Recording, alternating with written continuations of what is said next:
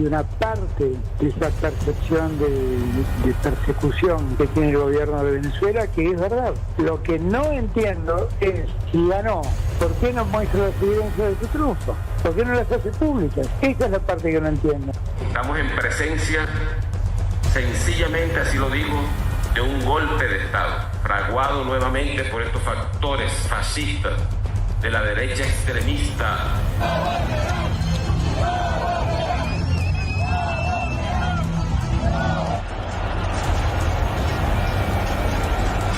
Acá la decisión unilateral que ha tomado Venezuela, que aún no ha sido notificada formalmente, pero que con las diatribas que vimos ha sido anunciada de expulsar a nuestro personal diplomático, quiero decirles que es injustificable y, como señalé antes, demuestra una intolerancia impropia de las democracias. Lamentablemente, en las últimas horas tenemos reportes de personas fallecidas, decenas de heridos y detenidos.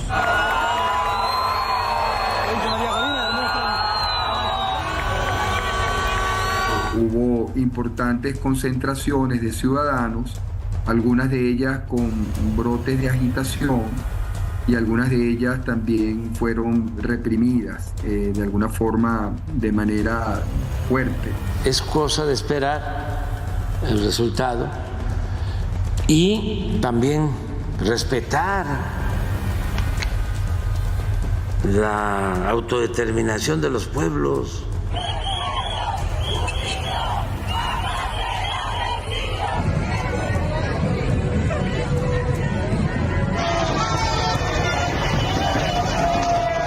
Es notorio que la gravedad y urgencia de la sesión del Senado de hoy está dada en virtud de la gravedad que tienen los hechos que están aconteciendo en Venezuela. Uma briga, como é que vai resolver essa briga? Apresenta a ata. Se a ata tiver dúvida entre a oposição e a situação, a oposição entra com recurso, sabe? E vai esperar na justiça tomar o processo. E aí vai ter uma decisão que a gente tem que acatar. ¿Qué tal? ¿Cómo están? Muy buenas noches. Bienvenidas, bienvenidos a QR. Hoy, cuando termine QR a las 11 de la noche, vamos a ver repasado lo más importante de la agenda política, de la agenda económica de la Argentina. Vamos a hablar de esto último que les contaba Maxi Montenegro, de la decisión de YPF y de la empresa malaya Petronas de hacer la inversión de la empresa de GNL de gas natural licuado en Río Negro, no en Bahía Blanca. Una disputa muy importante alrededor de todo esto, el tema del RIGI. Ahora nos va a contar Martín Granowski la reacción del gobierno de la provincia de Buenos Aires respecto a este tema. Vamos a hablar del dólar, porque efectivamente los dólares paralelos, incluso el ilegal, bajaron mucho, porque bajaron los bonos, pero bajan las reservas también. Y hay una preocupación muy concreta. Fer Cerolini, su especialidad, nos lo va a contar. Vamos a hablar de aumentos, de los aumentos que se vienen, que impactan en el bolsillo de argentinos y argentinas cotidianamente. Vamos a hablar del Congreso Nacional, porque seguramente allí se tiene que discutir jubilaciones, porque se tienen que discutir los fondos para la educación, porque hay un enojo muy grande, no solamente de la oposición propiamente dicha, sino de la oposición amigable al gobierno de Javier Milei con los fondos reservados de la CIDE. De todos estos temas vamos a hablar del ciberpatrullaje. Viene Martín Becerra hoy a QR para hablar sobre los riesgos de la inteligencia artificial en la persecución del delito y sobre todo el patrullaje en las redes sociales. Pero claro, la situación en Venezuela se tensa cada vez más, mucha preocupación respecto a lo que está pasando dentro de Venezuela. Nadie puede confirmar qué cantidad de personas ya han fallecido, porque el gobierno de Nicolás Maduro ratifica efectivamente su triunfo electoral, porque la oposición lo desconoce, porque el gobierno de Maduro denuncia un golpe de Estado. Lo que está pasando en el resto de la región, observando, casi les diría, únicamente en este momento, en términos de agenda internacional, lo que está pasando en Venezuela. La violencia discursiva parece no tener retorno.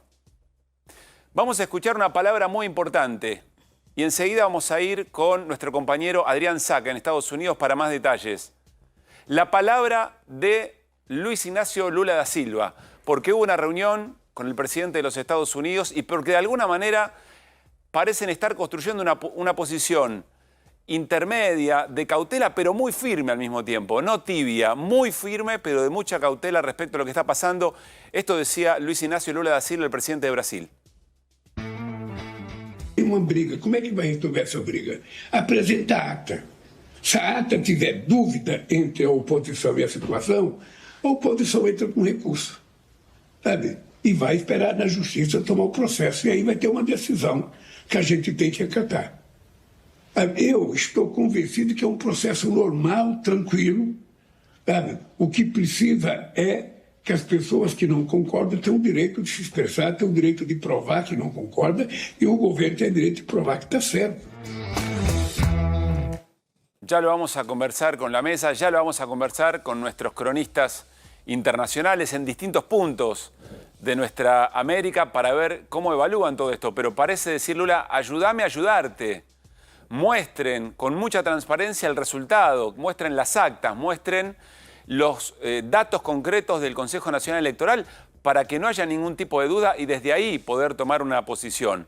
Bueno, dentro de Venezuela, movilizaciones muy importantes de la oposición, movilizaciones muy importantes del oficialismo. Nicolás Maduro, vamos a escuchar en primer término, el presidente de Venezuela. Dale.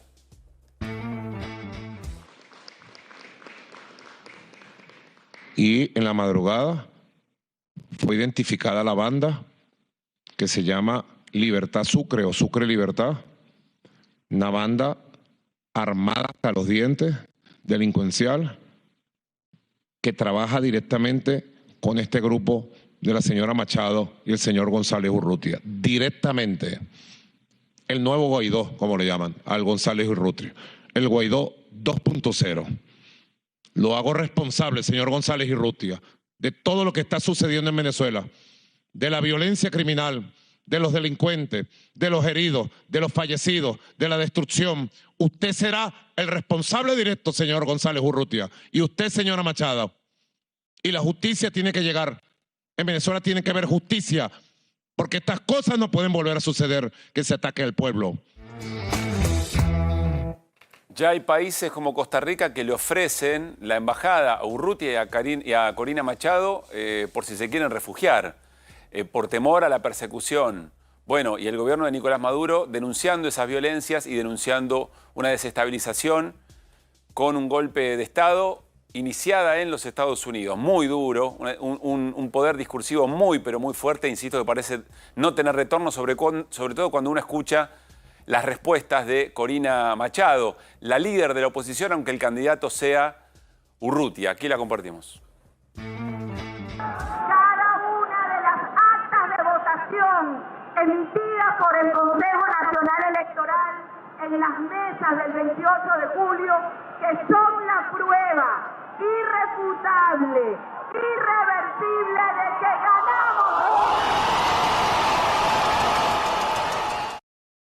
Sabíamos que iban a intentar impedir que la gente expresara su voluntad a través del voto ejerciendo la soberanía popular.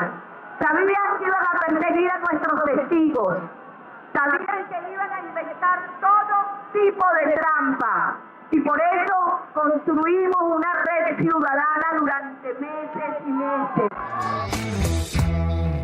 Enseguida vamos a nuestros contactos internacionales. Saludo al equipo. Martín Granowski, Fer Cerolini. Hola, Irina Hauser. ¿Cómo están? Martín, dos elementos que te parezcan importantes para encuadrar, darle un contexto a la jornada de hoy. Vos casi lo mentaste a Lula como un psicoanalista. Yo te ayudo si vos te dejás ayudar, ¿no es cierto? Y lo que estábamos viendo de Lula, tomo uno de los testimonios para analizar esto. Sí. Lo que estamos viendo de Lula es un Lula con dos elementos. Primer elemento, el proceso electoral fue normal. Y dentro de eso Lula dice, no es la Tercera Guerra Mundial, desdramaticemos esto. Eso lo dijo hoy. Y el segundo elemento de Lula, que se complementa porque lo dice después de hablar con Joe Biden, el presidente de los Estados Unidos, hablaron durante media hora. El segundo elemento es, bueno, como no es la Tercera Guerra Mundial, lo que viene ahora es, estarán las actas de un lado, o estarán las actas del Consejo Electoral, en todo caso, del Tribunal Electoral. Alguien dirá, impugno esas actas, y el Tribunal Electoral hará caso o no hará caso, como en cualquier democracia del mundo. En medio de todo esto, el presidente argentino Javier Milei endurece su posición, contra el gobierno de Maduro, por supuesto. Empiezo a saludar a nuestros compañeros y colegas. Está Adrián Sack, nuestro compañero allí en Estados Unidos. Quiero saludar a Daniel Moser y agradecerle a nuestro colega desde México. Importante también la posición de Andrés Manuel López Obrador. Voy a comenzar con Adrián. Buenas noches, Adrián, ¿cómo estás? A ver, ¿qué es lo que nos podés decir de la reunión, de la conversación en realidad que mantuvieron Luis Ignacio Lula da Silva y Joe Biden, el presidente de Estados Unidos? ¿Qué tal? Muy buenas tardes, noches. Bueno, si tengo el dato que acaban de pasar de la mesa, acá en ningún lado dice cuánto duró la comunicación. Dicen que fue muy extensa, justamente es la primera referencia que tengo que haya sido de media hora, pero bueno, por lo que estuvieron hablando, más que nada era el objetivo de mantener la paz, o de lograr la paz en realidad social en Venezuela, que era la gran preocupación que otra vez se desmadre como sucedió en reiteradas oportunidades desde 2015 en adelante, ¿no? Donde en una de las ocasiones hubo 200 muertos. Claro. Entonces el principal objetivo justamente de ambos presidentes era lograr eso. ¿Cómo se logra? Bueno, a través de lograr una posición consensuada que, por un lado, viene por el lado de la información, por reclamar las actas completas provistas por la Comisión Nacional Electoral, porque hasta ahora lo que tenemos, lo que circula en Internet, es lo que aportó Corina Machado, justamente, donde dice, bueno, dan un resultado que es completamente diferente en base a esas actas al que está ofreciendo el gobierno de Nicolás Maduro. Pero bueno, entonces, a lo que trataron de llegar a un acuerdo Biden y Lula es qué sanciones aplicarían en caso de que se niegue completamente el régimen de Maduro a entregar esta información, que es lo que ha estado haciendo de manera sistemática hasta el momento. Entonces, si eso sucediera, por ahora lo único que trascendió que haría el gobierno de Joe Biden para presionar a Maduro es impedirle la entrada a todos aquellos que participaron del proceso eleccionario a los Estados Unidos, pero no se refiere a Maduro, que ya de por sí tiene una orden de captura por narcoterrorismo aquí en los Estados Unidos, con una recompensa ofrecida de $15 millones, ya está vigente desde el año 2020, cuando gobernaba Donald Trump. Claro. Sepan disculparme ustedes que hay una tormentita de viento acá, siempre pasa algo cuando transmitimos para este programa. Pero está saliendo muy bien, Adrián, y gracias por el profesionalismo de siempre, pero se observa que ahí se levantó un poco de viento, pero te escuchamos muy bien, te escuchamos muy bien. Sí, me despeino, las flores están bien, pero si me pongo del otro lado, la escenografía voy a tener que agarrar de algo. Está perfecto. Bueno. Aprovecho la pausa, Adrián. Ayer nos comentaste que la tesitura, el discurso de Maduro fue muy fuerte respecto a Estados Unidos, lo pone en los orígenes de un intento de desestabilización. Desde Estados Unidos ayer nos decía, había hablado Anthony Blinken, el secretario de Estado, que efectivamente había dudas respecto de los comicios, pero que había cierta cautela. Hoy creo que habló, corregime, Adrienne Watson, que es la vocera del Consejo de Seguridad, un poco en el mismo tono. Estamos muy preocupados, pero lo que queremos ver es la información. Sí, exactamente. Nadie se salió del libreto. También habló Karina Jean-Pierre, que es la Manuela Dormi del gobierno de Joe Biden. Buena definición. Un poco desprestigiada. Y bueno, pero para poner la equivalencia, no le cree mucho y está en un gobierno que ya está en retirada, porque Joe Biden no se va a volver a postular y se supone que en caso de ganar Kamala Harris va a traer otra gente, ¿no? Eso es algo que le están reclamando muchos también. Pero bueno, lo que dijeron era precisamente eso, que hasta ahora lo que necesitan es justamente las actas, porque hay señales de que el resultado general de la elección no se condice con el escrutinio que reveló Nicolás Maduro, por el que habría ganado las elecciones por un 51% de los votos, un poquito más, ¿no? Bien. Entonces, habla de señales, pero nunca usan la palabra fraude, nunca hay una acusación abierta, pero sí una manifestación de desconfianza y de pedido de información. Es algo bastante intermedio. Bien, Adrián, ¿no? Hacemos una pausa. Por supuesto, estamos en conexión con Adrián. Me voy a México. Allí está Daniel Moser, nuestro colega. Importante la definición de Andrés Manuel López Obrador. Cargó muy duro contra la OEA, que hoy sacó un comunicado. Lo compartía también Máximo Montenegro hace un ratito nada más, diciendo o ratificando efectivamente que había habido un fraude en Venezuela. Daniel, muchísimas gracias por estar ahí. Buenas noches. Pablo Caruso y todo el equipo de QR saludamos aquí en Buenos Aires. Hola, buenas noches, Pablo. Mucho gusto. ¿Cómo se vive, Daniel, allí? ¿Qué se interpreta de la posición de Andrés Manuel López Obrador, del gobierno mexicano, sobre lo que está pasando en Venezuela?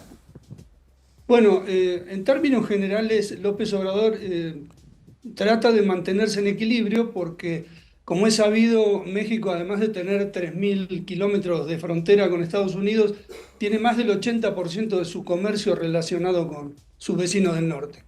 Entonces, suele mantener una posición clara respecto de cuáles son sus principios políticos o geopolíticos, y en este caso lo hace sin tirarse directamente contra Estados Unidos, sino mediante las críticas a la OEA, que, como él ha dicho en otras oportunidades y es sabido por todos, es una institución que depende de los intereses de Estados Unidos, ¿no?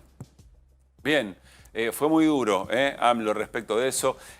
Creo que tenemos la posibilidad, ustedes confírmenme en producción, la palabra del canciller colombiano. Es decir, canciller, pero ¿por qué digo esto? Porque aparece Colombia con una definición, Brasil con una definición, México con una definición, y eso de alguna manera, Martín, en la balanza regional respecto de cómo se está observando el proceso en Venezuela, ¿es importante o no? Es importante porque estamos hablando de 3 países importantes, 3 países grandes, digo, aparte de todo. Digo, el cuarto sería la Argentina, que tiene una posición que ya conocemos, que es, no, la posición sería resumida, más allá de cuáles sean los datos, aquí hubo fraude. Esa posición estaba escrita desde antes que empezaran las elecciones del domingo en Venezuela.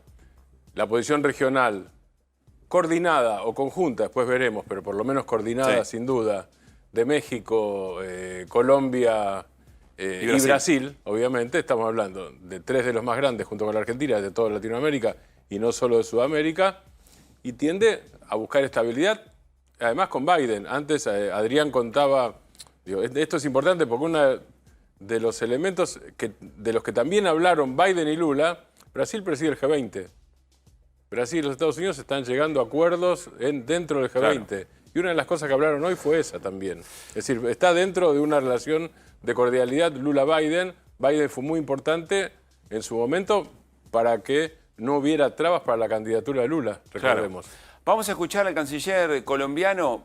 Presten atención, hagan la lectura en función de lo que contó Adrián, de lo que contó Moser, de lo que cuenta Martín Granoski, cómo se va construyendo esa posición que parece ser muy importante frente a extremos, frente a posiciones muy antagónicas, yo diría discursivamente muy, pero muy violentas en términos políticos y que parece difícil que pueda encontrar un cauce. Aquí lo compartimos.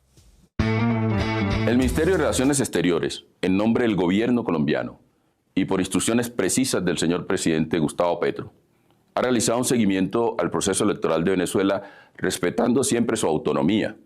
Igualmente se ha mantenido el diálogo con todos los interesados en el proceso electoral del domingo pasado. Colombia insta a las autoridades venezolanas que respalden este proceso democrático con evidencias y herramientas que la Constitución de su país permite. Mantener el diálogo entre las partes y evitar la violencia en las calles será fundamental para avanzar en un acuerdo. Por la paz de Venezuela se requiere conocer todas las actas de los resultados finales y que éstas sean auditadas por el mundo. La comunidad internacional y el pueblo venezolano esperan que prevalezcan la transparencia, las garantías electorales para todos los sectores y además es supremamente importante despejar cualquier duda sobre los escrutinios. Colombia, como parte de la comunidad internacional, estará presta a apoyar los esfuerzos necesarios para garantizar la paz, la estabilidad y la profundización de la democracia en la región. Ya nos vamos a ir a Venezuela con Marco Teruggi, pero vuelvo a Daniel Moser en México y le pregunto, Daniel, parece estar muy clara la posición, firme en cuanto a no denunciar fraude, pero al mismo tiempo, y con muchas ganas de respetar la institucionalidad electoral en Venezuela, pero con una necesidad muy concreta de conocer de manera transparente los datos del Consejo Nacional Electoral, ¿no? Daniel, esta parece ser la posición. Sí, Daniel. Esta parece ser la posición. Es decir, Sí, mira, yo lo que creo es que hay una gran hipocresía en todo este tema del proceso electoral venezolano, porque en realidad la oposición es títere de Estados Unidos. O sea, el enfrentamiento es entre el gobierno de Venezuela y Estados Unidos. Y la oposición es quien funge como instrumento para Estados Unidos enfrentar al gobierno. Yo me pregunto, si ya estuvieran todas las actas y estuvieran los resultados, y Maduro ganara por 2 puntos, por 5, por 15, lo que sea, Sí. ¿la oposición lo reconocería? Obviamente que no. Esto no es una cuestión democrático-electoral, esto es una cuestión de poder. Y el poder está en manos ahora del gobierno de Maduro, y lo que quiere Estados Unidos es que ese poder pase a manos de sus títeres. Entonces, cualquier cosa que formalmente se resuelva es meramente formal. Detrás de todo esto está la lucha por el poder. Porque aquí, por ejemplo, el canciller de Colombia hablaba, el mundo debe auditar las elecciones de Venezuela. Pero ¿por qué no auditan al gobierno de Ucrania, por ejemplo, que no hace elecciones, que prohíbe a los partidos de oposición? Entonces hay mucha farsa en todo esto, y yo creo que para hablar con la verdad, al menos con mi verdad, creo que no se trata de un formalismo democrático, de mostrar actas. Aquí se está peleando por tener el control del poder en un país como Venezuela, con inmensas riquezas naturales, y que se tiene que dilucidar a través de un proceso revolucionario, según mi punto de vista. Indispensable conocer el punto de vista de Marco Teruggi, sociólogo, colega en la cobertura de las elecciones en Caracas, en Venezuela. Marco, ¿cómo te va? Muy buenas noches, gracias por este tiempo. ¿Qué tal? Muy buenas noches, ¿cómo me escuchan? Te escuchamos muy bien, Marco, gracias. A ver, primero, ¿en qué momento estamos ahora? ¿Cómo está la situación en este momento? Si querés incluir la situación en las calles, hemos visto discursivamente mucha confrontación, probablemente de no retorno. Después te preguntamos por lo estrictamente electoral, Marco. Escenarios. Hoy hubo 2 grandes actos, el que hizo María Corina Machado en el este de Caracas y el que terminó en el oeste de Caracas, en el Palacio de Miraflores, en una marcha del chavismo. Ambos sectores se movilizaron y hay, digamos, ya una situación cristalizada. Por un lado, María Corina Machado dice que ganó las elecciones, Edmundo González Urrutia me refiero, y que él es el nuevo presidente.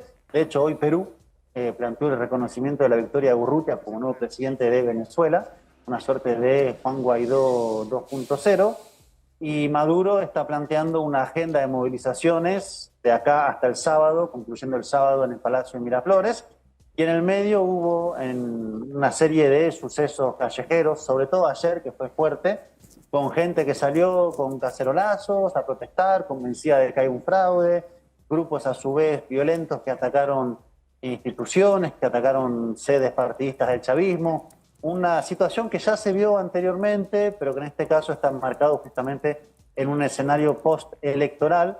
Me atrevo a decir que esto está empezando.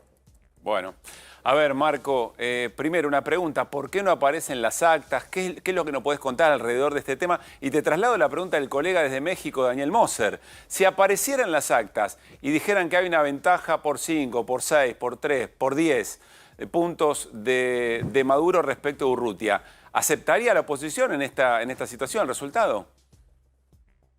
La primera pregunta, la respuesta no la tengo. El gobierno dice que hay un hackeo contra el sistema de contabilización de votos y por lo tanto no se sabe más que el resultado que dio el Consejo Nacional Electoral el domingo en la noche y luego cuando dio a Maduro como candidato electo el lunes, que de hecho fue el acto en el Consejo Nacional Electoral. No hay más explicación hasta el momento que esa. Hoy Maduro dijo que iba a hacer una comisión junto con China para investigar lo que había pasado, pero no hay un cronograma establecido de cuándo estarán esos resultados. Porque por ahora, digamos, se sabe el número atrás sobre eso, pero no hay, por ejemplo, un desgranado por estados. ¿En qué estado ganó la oposición? ¿En cuáles ganó el chavismo? Eso no está todavía.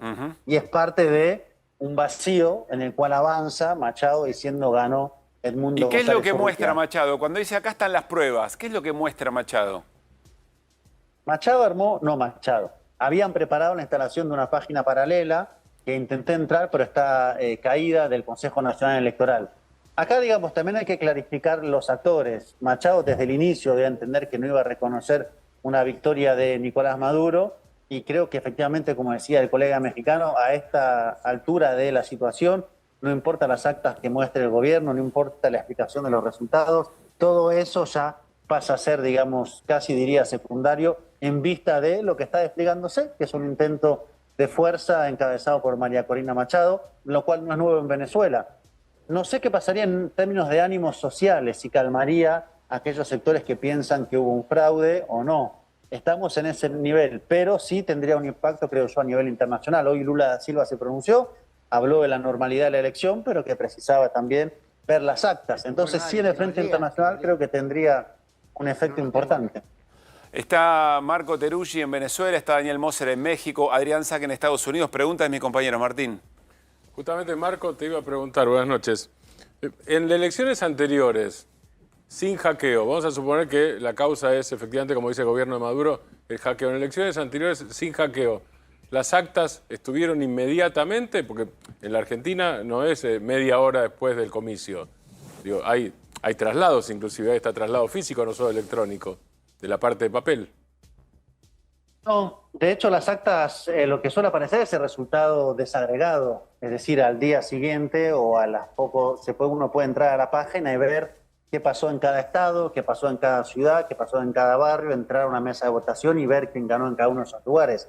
Ese registro todavía no está y eso me parece que mantiene una zona de no respuesta para quienes están cuestionando el resultado electoral. A su vez, la denuncia de hackeo que plantea el gobierno, por el momento tampoco la ha explicado para que se pueda hacer entendido de forma pedagógica, diciendo, bueno, ¿en qué consiste un ataque? ¿Qué es lo que afecta? ¿Cómo ocurre? ¿Qué sucede? Entonces, ahí creo que hay una zona, como digo, de vacío que la estrategia de Machado, que ya estaba anticipando que no iba a reconocer una victoria posible de Maduro, está avanzando, yo diría, casi a campo travieso en ese lugar narrativo. Ahora bien, hay una posición también fuerte de Maduro de tener lo que hoy, de hecho, el ministro de Defensa, Vladimir Padrino López, llamó un intento de golpe de Estado. Esa es la situación. Hay un nivel de la narrativa, un nivel de los actores reales de poder y una disputa de sentido alrededor de lo que está pasando. Ya pregunta Fer Cerolini, pero te pregunto breve. ¿Hay una orden de detención para Machado y para Urrutia?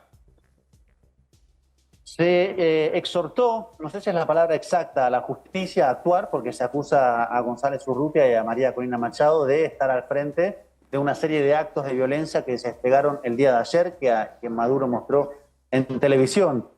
¿Va a pasar en las próximas horas? ¿No va a pasar? La verdad que es difícil saberlo. Me parece que en primer nivel forma parte de la construcción del momento de confrontación político. Ahora, si será detenida o no, me es difícil tanto como saberlo cuándo estarán las actas y los resultados desagregados. Fernando. Sí, yo quería decirle a Moser, ¿qué tal? Los saludos de acá, hace 20, 30 años que no lo veo. Pero le quería recordar que, bueno, el tema del resultado no es simplemente una lucha política de poder, porque recordemos que en 2006 Manuel López Obrador fue despojado en México de una elección que le dieron perdida por 250.000 votos.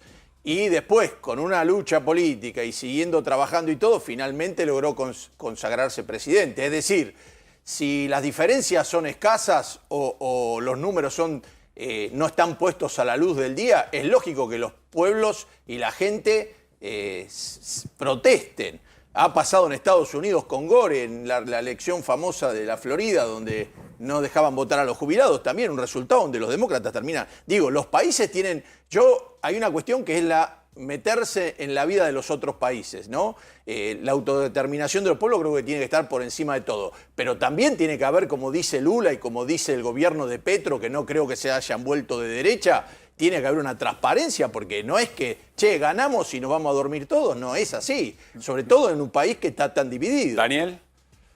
Sí, mira, en primer lugar creo que se fue la voz. La comparación del proceso electoral de López Obrador en 2006 y en 2012 también le robaron la elección, aunque no fue tan escandaloso. No es lo mismo porque los sectores a que representan son distintos. Y como dije, e insisto en ello, en el caso de México era la disputa entre sectores conservadores, prooligárquicos y en sectores nacionales y populares que representaba López Obrador. Y acá yo insisto, la disputa es entre Venezuela y Estados Unidos, no entre el gobierno de Maduro y la oposición, porque la oposición existe gracias a Estados Unidos. Yo no soy el dueño de la verdad, solamente especulo, pero yo creo que si el gobierno de Maduro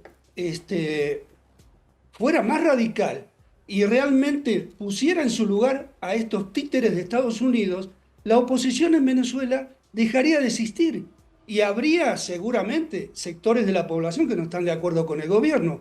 Pero cuando el pueblo venezolano o una parte del pueblo venezolano no está de acuerdo con los resultados del gobierno de Maduro, como no lo podía estar en algún momento con el de Hugo Chávez, ¿por qué sucede eso? ¿Sucede exclusivamente por las políticas del gobierno o vamos a dejar de lado el fuerte impacto que tiene el boicot de Estados Unidos y sus aliados sobre la política y la economía de Venezuela? No se puede sacar de contexto eso, porque si no, no se puede entender. E insisto en lo que dije antes también, si hoy o hace 10 horas hubieran presentado las actas, esto no cambia.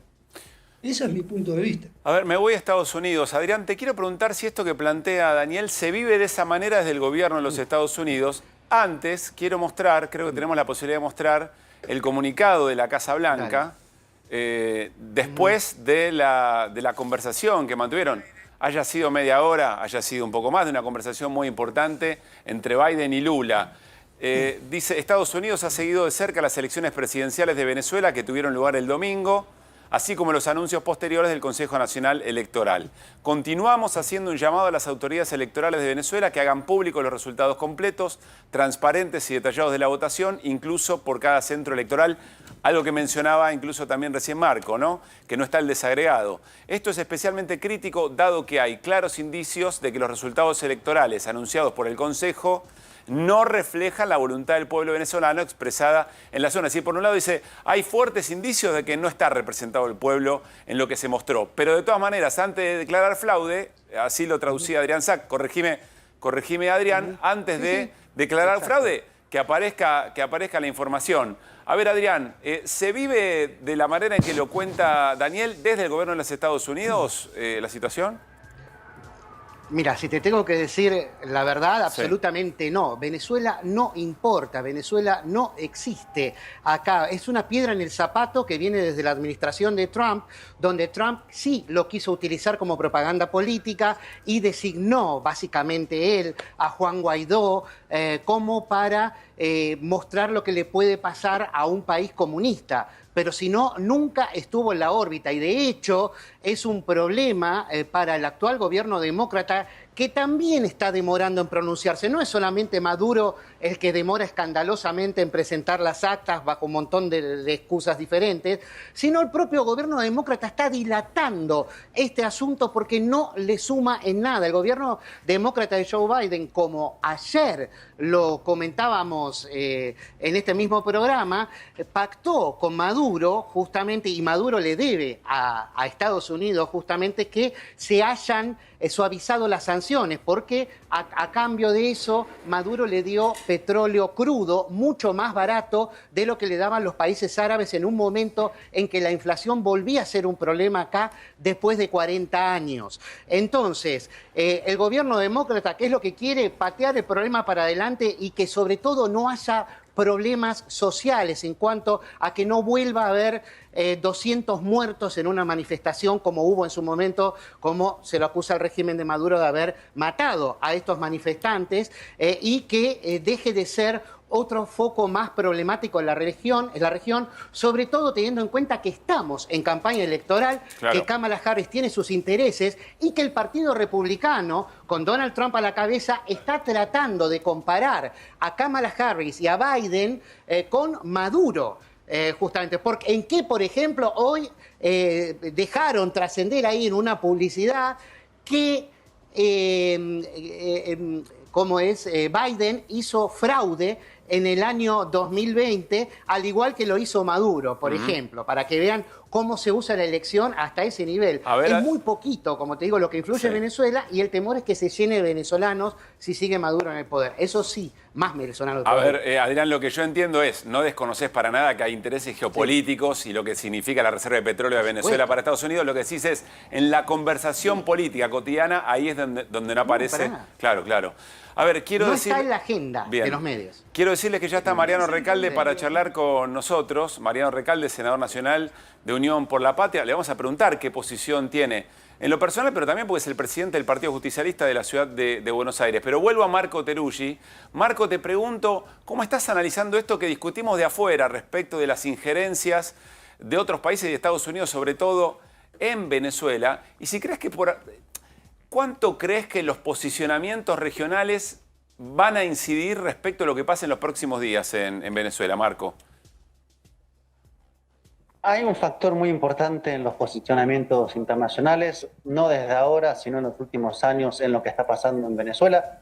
Estados Unidos ha venido teniendo un rol central, tanto en materia económica como política. De hecho, en los últimos meses hubo ciertas licencias que se fueron otorgando a empresas, al tiempo que se mantienen una serie de sanciones. Pero quiero decir, es un país que en términos económicos y dentro del mapa latinoamericano tiene un peso grande. Y lo que se diga de afuera, en términos de construcción de sentido, es también, no sé si determinante, pero sí pesa. Por eso hay mucha mirada sobre lo que diga Lula da Silva centralmente, que hoy salió a decir, bueno, nosotros reconocemos que la elección se desarrolló en normalidad, quien no esté de acuerdo tiene que ir a impugnar ese resultado por las vías legales y no salir a confrontar hacia el poder electoral, y a su vez esperamos que entreguen las actas. Una posición que se parece a la de Andrés Manuel López Obrador, que también pidió esperar a que se termine de procesar todo el dato electoral y que efectivamente sea entregado. Claro está, cuanto más se demore eso, más hay una zona crítica que va rodeando la interpretación de lo que está pasando. Pero creo que son posicionamientos que sientan sentido alrededor de una crisis que está muy atrincherada dentro de cada campo y que corre el riesgo de que vaya escalando. Y escalar una crisis en Venezuela se sabe que suele ser un problema. Y termino con esto. Machado tampoco es cualquier figura. Machado es una figura ligada al ala más intransigente de la derecha. Uno la puede seguir su rastro desde el golpe de Estado del 2002. No es un actor despolarizante, no es un actor que vino a poner un proceso de diálogo, sino que es realmente el antagonista político del chavismo, cosa que el chavismo sabe muy claramente. Y por último, Nicolás Maduro tiene una recompensa de $15 millones en Estados Unidos. Ese tipo de elementos también pesan. Claro. Última ronda de miradas de nuestros colegas que tan amablemente están destinando a que tengamos una observación bien compleja, bien completa de toda la región de este conflicto. Daniel, ¿algo querías decir? Sí, respecto a lo que comentaba Adrián, que mencionó que era escandalosa la demora de la presentación de las actas y de que no hay tanto interés en Estados Unidos por Maduro o por lo que pasa en Venezuela, y acaban de decir que hay una recompensa de $15 millones. Por eso yo hacía la aclaración. Está claro que en términos geopolíticos sí se refiere a la discusión, a la agenda política mediática, digamos, ¿no? Bueno, ese es un punto. El otro punto respecto a la escandalosa demora de la entrega de las actas, el gobierno ha aducido que esa demora tiene que ver con el boicot que hubo al sistema electoral.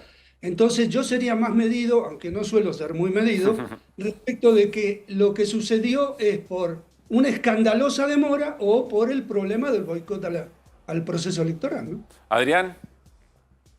Sí, yo sí suelo ser medido, al revés, pero me parece, escuché muchas cosas hasta ahora que la verdad que me hicieron parar las antenitas, ¿no?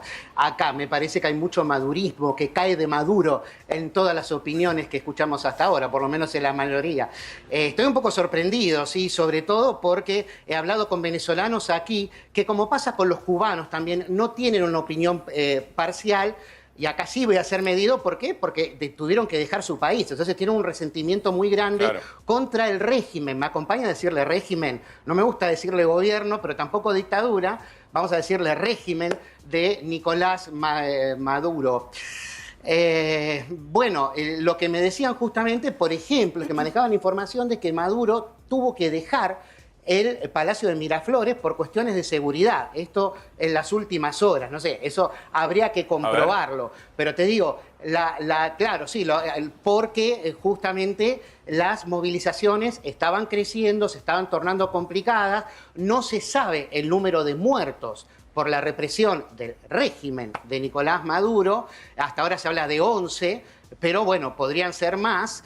Y bueno, justamente hay una falta de información que tiene que ver más allá con lo de las actas. Ahora, ¿por qué Corina Machado presenta actas? No sabemos si son verdaderas o no, pero cómo las presenta ella con un conteo paralelo y cómo el gobierno no puede presentar, aunque sea de manera preliminar. Aquí no. Allí en la Argentina, la Junta Nacional Electoral ha tenido demora, se ha caído el sistema, lo que quieran, pero no han tenido tanta demora. Chicos, ya es martes hoy.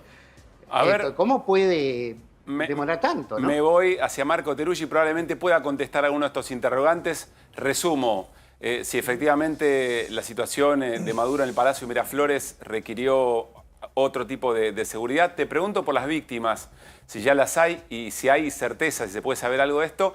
Y lo último que mencionaba Adrián respecto de las demoras, Marco. A ver, ¿por qué no están las actas? Uno puede decir lo que dice el gobierno y lo que acusa la oposición.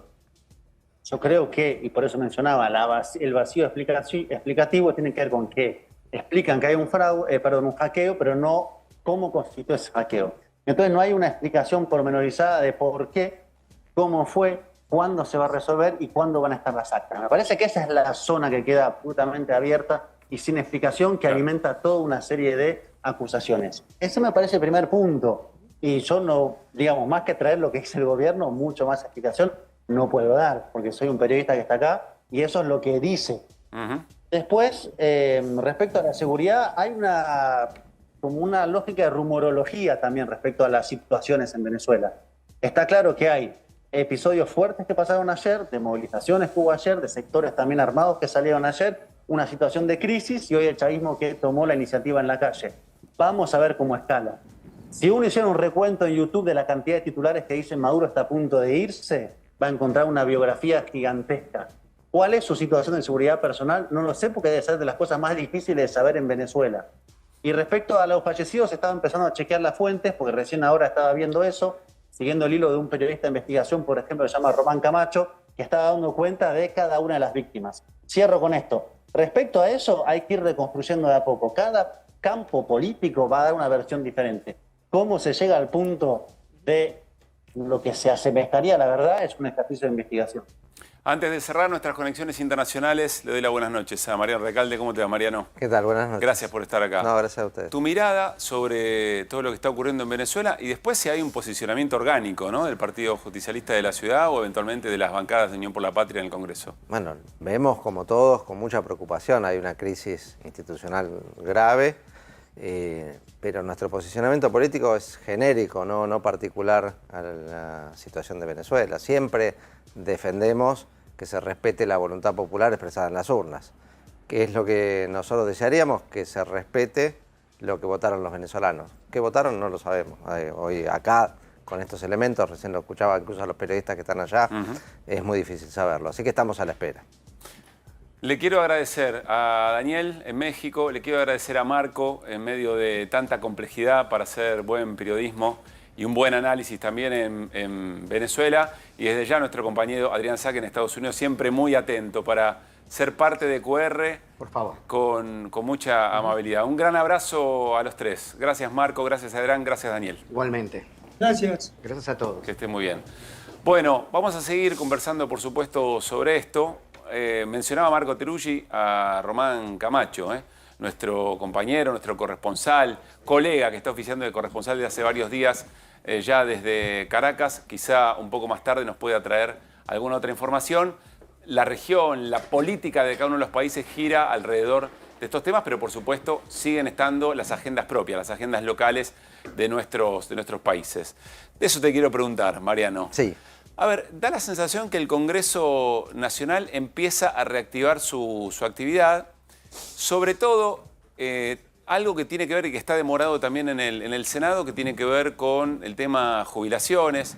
En el Congreso, en el Diputados también está el tema de los fondos educativos. ¿En qué momento dirías que está el Congreso en esta segunda fase del gobierno de Milei?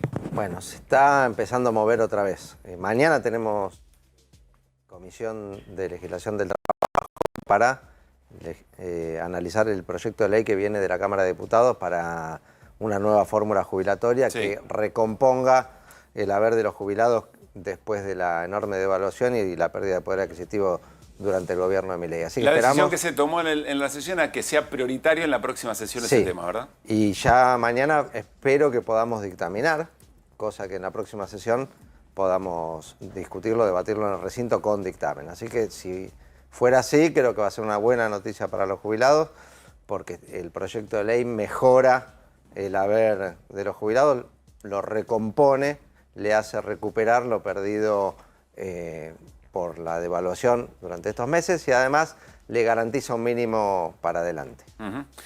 ¿Qué es lo que está pasando en diputados? Porque uno entiende que la decisión por decreto de aumentar los fondos reservados de la CIDE está generando otra vez puntos de contacto con la oposición de Unión por la Patria, con el Frente de Izquierda, con las oposiciones más dialoguistas. Bueno, es gravísimo ese DNU que le otorgó 100.000 millones de pesos a la CIDE, encima con esa denominación, para utilizarlo como fondos reservados, o sea, sin tener que rendir cuentas ni nada, en un contexto donde le dicen que no hay plata para medicamentos oncológicos, no hay plata para comedores, no hay plata para hospitales, no hay plata para las universidades, pero resulta que hay 100.000 millones de pesos para fondos reservados, ¿no?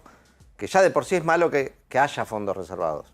Durante el gobierno de Alberto se quitaron, que los había restituido Macri, después de que Cristina fuera la primera en eliminar esa posibilidad de que la CIDE o los servicios de inteligencia, fue cuando creó la AFI, Cristina, pudieran disponer de fondos reservados, que sí, sabemos que no se utilizan para nada bueno. Así que ese DNU se tiene que tratar en la Comisión Bicameral de DNU. ¿Y crees que puede haber punto de contacto otra vez con sectores de la oposición dialoguista? Siempre creo que puede haber punto de contacto.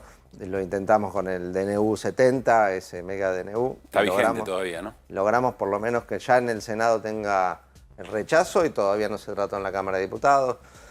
Con la ley base estuvimos punto de acuerdo con... Nosotros vamos a dialogar siempre con los que quieran frenar las locuras del gobierno de Milei o avanzar con leyes o reglamentaciones que favorezcan a la gente. ¿Qué pasaría si sale la ley esta, la reforma jubilatoria, y después tiene el poder de veto el presidente, ¿no?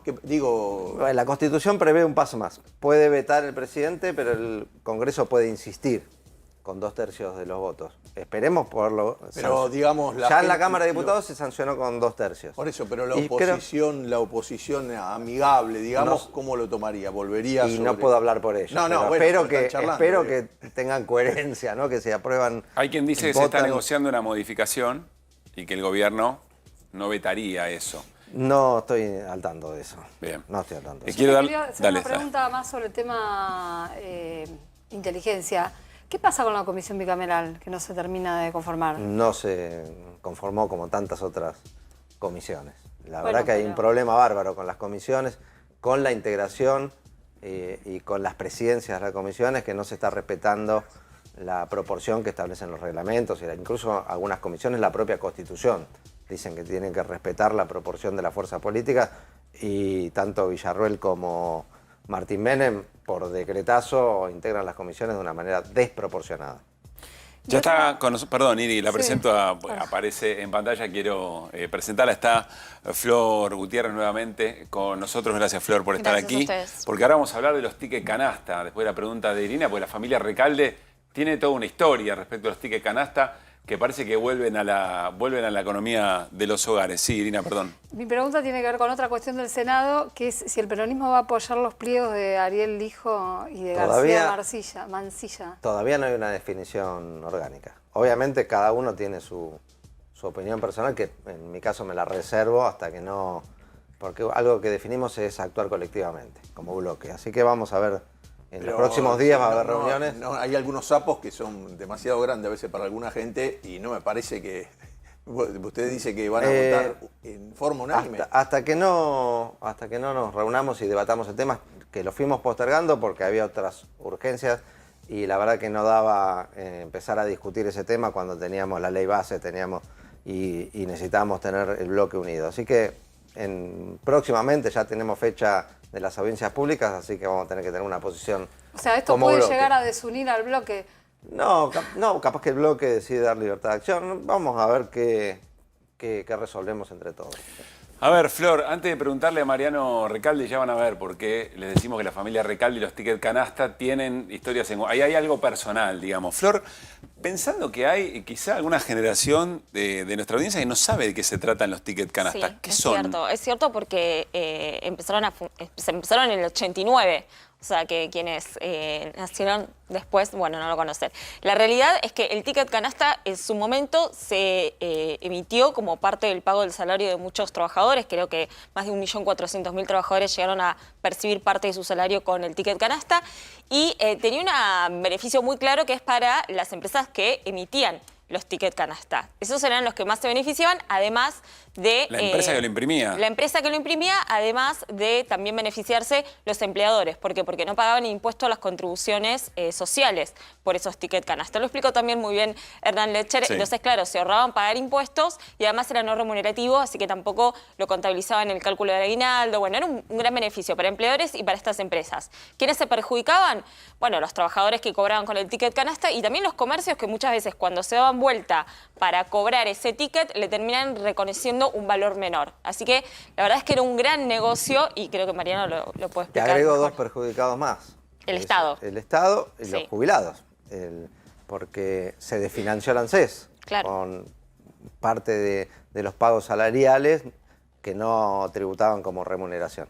Sí, era un negocio redondo, sobre todo para el que emitía el ticket, que le cobraba un porcentaje a la empresa, que lo daba al trabajador. Como si fuera una tarjeta de crédito. Un porcentaje al comercio que recibía los tickets e incluso muchos trabajadores que no querían el papelito para comprarse un sándwich, sino que querían la plata, iban a cambiarlo y si el ticket era de 100 pesos le daban 90. Te daban menos. O sea, le choreaban a las tres partes. Estas empresas que hacían un negocio multimillonario. Como un derivado financiero sería, claro. Bueno, eso. ¿por qué le decimos que la familia Recalde tiene un asunto personal? Porque se les ofrecieron coimas, sobre todo a Héctor, al papá de Mariano, exdiputado nacional, entre muchas otras cosas, jefe de bloque también en su momento del Frente para la Victoria. Se le ofrecieron coimas que quedó registrado en una cámara oculta que compartimos aquí. Esta se pagaría así. Un 10, un 10, un 20, un 20 y un 40 cuando ya esté. ¿Y cómo se instrumenta el honorario?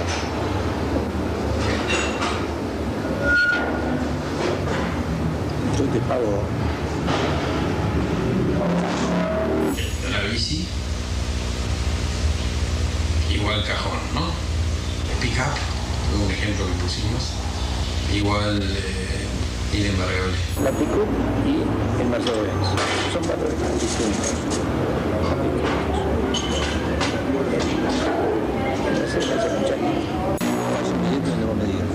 Si poco lo hacemos en Buenos Aires y mucho nos vamos a Uruguay.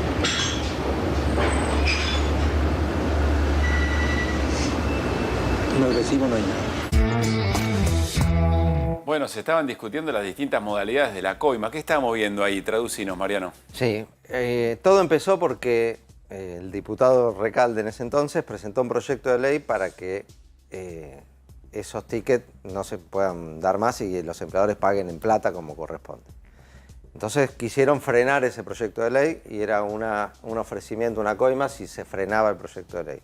Pero de paso se envalentonaron y ofrecían otras dos opciones, que se presentara un proyecto de ley que lo declarara inembargable y algún otro beneficio, que era un poco más, o una tercera opción, que era la que decían Mercedes-Benz, que ofrecían 20 millones de dólares, y realmente el monto de lo que significaba impulsar lo que ellos pretendían era enorme.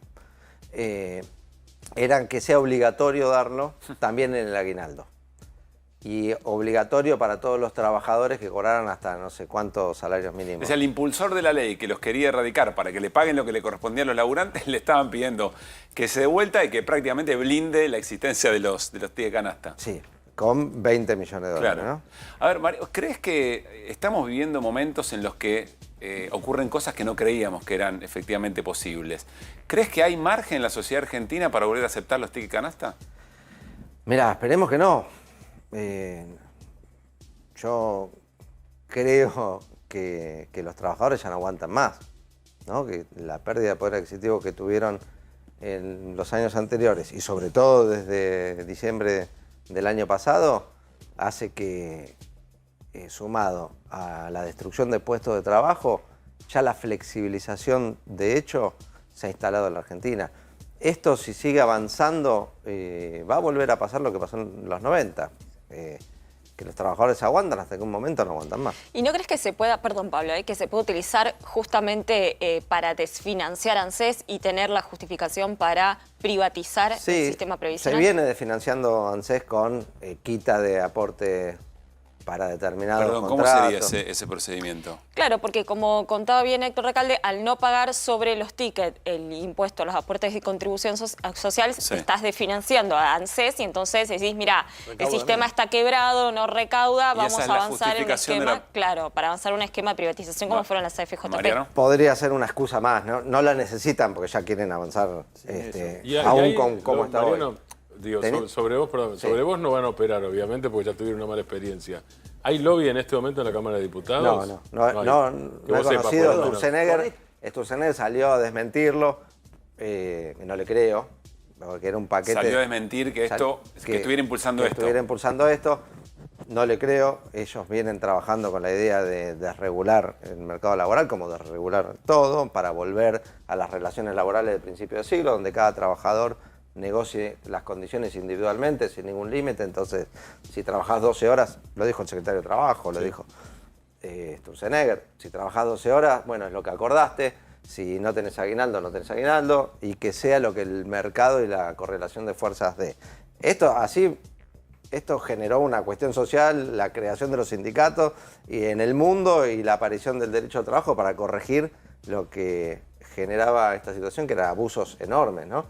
Me parece que están convencidos de que este es el camino, que si Sturzenegger ahora salió a desmentirlo, no sé, será que no son vales en papel, será un código QR o alguna otra metodología, pero... No el nuestro. Pero buscan, pero buscan sin ninguna duda achicar el costo laboral para mejorar la rentabilidad de las empresas. Irina, ¿cuándo es la próxima audiencia por el juicio contra que investigue o que enjuicia en realidad el intento de asesinato de Cristina? Mañana. Mañana mismo se reanudan las audiencias. ¿Cómo estás viendo este proceso? Mal, porque lo que estamos viendo es el juicio oral a los autores materiales y la justicia de Comodoro Pi, la jueza Capuchetti y el fiscal Rívolo, decidieron no investigar, no profundizar. Tuvieron actitudes realmente poco proactivas, por ser suave, a la hora de seguir muchas pistas que aparecieron en la investigación. A lo único que están jugando es lo que ya es inevitable, porque está en las cámaras, está filmado, confesó uno de los autores, hay pruebas de sobra. Pero hay pistas y elementos sobre quienes pudieron ser coautores o partícipes, ya sea instigando, financiando. Y además es todo el costado político.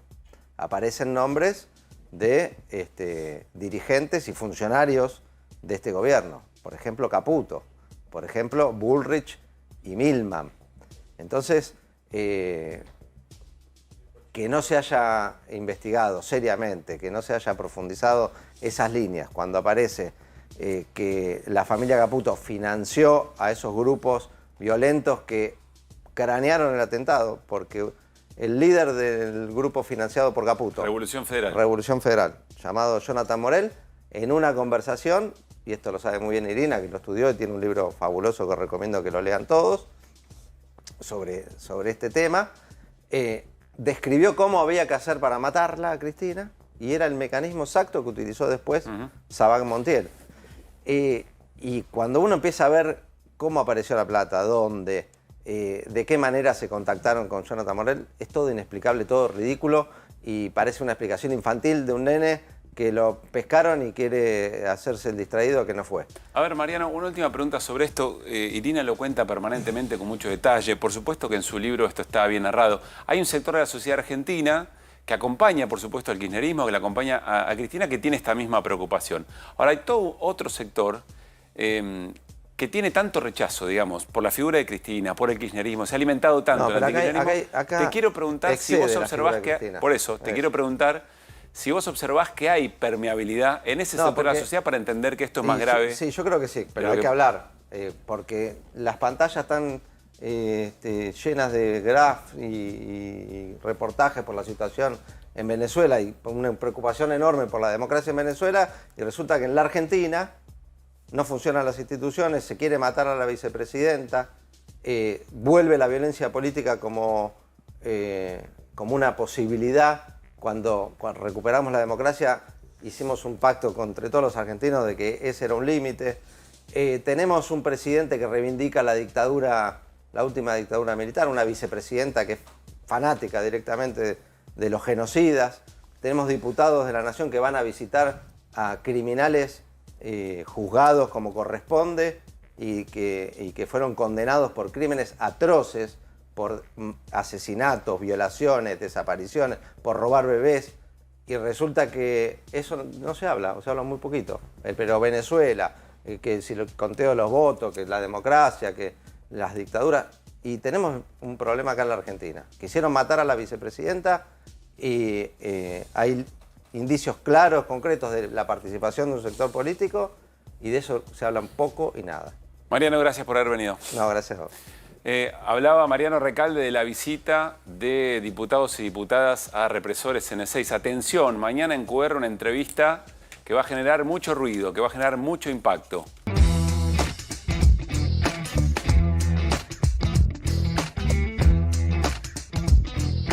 Muy bien, seguimos en QR. Enseguida Florencia Gutiérrez nos cuenta los aumentos que vienen. Terror bolsillo, lo que vamos a contar a continuación. Y Martín Granowski tiene mucha información sobre lo que todavía no es oficial, pero ya es casi una certeza. Tiene que ver con la decisión de YPF Petronas, la empresa malaya, de hacer la inversión en la empresa de gas natural licuado en Río Negro y no en la provincia de Buenos Aires. Pero ahora uno de los segmentos que más disfrutamos aquí en QR tiene que ver con Manuel Adorni, el ministro de la batalla cultural del gobierno de Javier Milei, El Mundo Según Manu. Bueno, mi nombre es Manuel Adorni. Aclaro que no tengo hermana, para que dormí poco y me pierdo. Fin. Que sean 5 perros o que sean 43 conejos. ¿Y qué problema? Vamos sacándose una selfie. ¿Listo? Gracias. Fin. Buen día a todos. Y a todas. Buen martes. Ni te cases ni te embarques. Andrés Villota, del Expediente de Colombia. La dolarización ya no es una opción necesaria para la economía argentina. No, a ver, precisamente todo lo contrario, digamos. Digamos, o sea. Nosotros hacemos todo. Todo todito. Desde el día 1. El número del día es 1. Desde el día 0. O sea, ninguno. 0 es 0, caput, nada. Para lograr que en la Argentina cada uno pueda elegir su moneda. El rublo ruso, la lira turca, won norcoreano, quetzal. Muchas veces, por supuesto, titulada como la dolarización. Estamos esperando a ver si llegan los dólares. No son décadas y décadas y décadas. 4 décadas. Que vemos al dólar como refugio de valor, como ahorro, como la posibilidad de tener algo el día de mañana. ¡Dólares! Este consumo que hoy uno no realiza. He decidido no comprar absolutamente nada. Uno lo protege a través del dólar, por lo tanto muchas veces se ha titulado como dolarización, pero el objetivo final no es imponer nada, ni el dólar ni ninguna otra moneda, sino que efectivamente cada uno quiera elegir la moneda que sea. Y que sea lo que sea. El dólar, los yenes o los yuanes o los pesos o los chachos. Imagínense dentro de 20 años cuánto puede valer un chacho, ¿no? Que 20 años no es nada. Bueno, mire, por ahí se revaloriza y hasta se puede hacer millonario con unos chachos. Con el chacho 24, porque veo que siempre es el mismo número el chacho que le dan. ¿Cuánto vale? ¿Cuánto cuesta? ¿Qué va a hacer? ¿Qué va, chache? Hasta luego. Manuel Adorni, en la batalla cultural, en este caso por la dolarización. Sí. Estos muchachos se tendrían que poner una fiambrería o tendrían que ponerse un almacén, porque está el otro que junta en atún. Le gustan los chanchos, ¿no? No, se refiere a los chachos, a los chachos. A los chachos. Chacho 24. A la cuachimoneda de La Rioja. No, yo estoy con Marra que ¿ves junta que está en atún. sesgado? No, tenés una escucha sesgada. Pensé que juntaban chanchos ya, porque como vio que está el tema de bárbaro. Es así. las granjas. Bueno, Bueno, pero Fer Serolini, que después nos va a contar el momento del dólar por otra parte, la jornada de hoy y de las reservas, nos trajo algo que quizá le suena, tiene que ver con el índice Big Mac. ¿De qué se trata, Serolini, el índice Big Mac? Bueno, el índice Big Mac es el índice que busca la relación en los distintos países del mundo con la famosa hamburguesa de McDonald's, ¿no? Sí. Y acá en la Argentina, si los hicieron conocer a alguien, fueron Tenenbaum y el Loto Biasda. Loto Biasda era fanático de este índice y los 80, ya lo mostraba, acá está, es un indicador económico.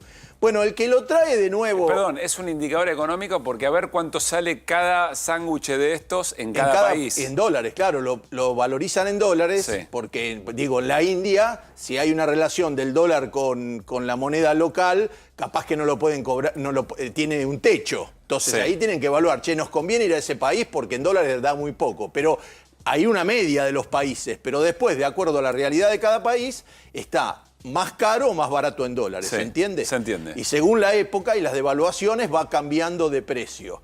Bueno, Matías Batista, ¿usted se acuerda que el otro día hicimos una placa acá? Que eran 12 elementos. La hoja de ruta. De ruta, bien. 12 indicadores del momento. 12 indicadores. Es de este economista de Rosario que hace estas cosas, que realmente es muy creativo. Yo lo sigo cuando hace sus videos en clave bursátil. Y aparecía él en la otra hoja de ruta. Bueno, y ahora encontré, hizo un índice que dice, ¿puede estar en riesgo el gobierno de Milei por cómo está el indicador Big Mac? Y yo dije, la verdad. Pará un poquito ahí. Serolini lo quiere, Serolini lo tiene. Saludamos desde Rosario a Matías Batista, analista económico, experto en mercado de capitales y profesor en clave bursátil. Matías, ¿cómo estás? Soy Pablo Caruso, todo el equipo, incluido Fer Serolini, te saludamos en QR. ¿Cómo va? ¿Qué tal, Pablo? ¿Qué tal, equipo? ¿Qué tal, Fer? Un gran saludo y gracias por seguirme en las redes. Un fanático, Serolini, ¿eh? Un fanático. Bueno, a ver, te traslado la pregunta. ¿Está en riesgo la economía de Milei por el índice Big Mac? ¿Cómo es esto? Bueno, a ver, lo que hay que marcar, Fernando lo describió muy bien recién. El índice Big Mac es un índice que mide, se arma desde 1986, lo hace la prestigiosa revista The Economist. Y lo que arma es analizar cuán cara está una economía en función de ese indicador, ¿no? Entonces analiza, bueno, cuánto vale el Big Mac en Estados Unidos, cuánto vale en Suiza, cuánto vale en Noruega, cuánto vale en Argentina, Brasil, Chile. Y ese indicador se publica cada 6 meses. En enero se publicó y nos había dado muy bien.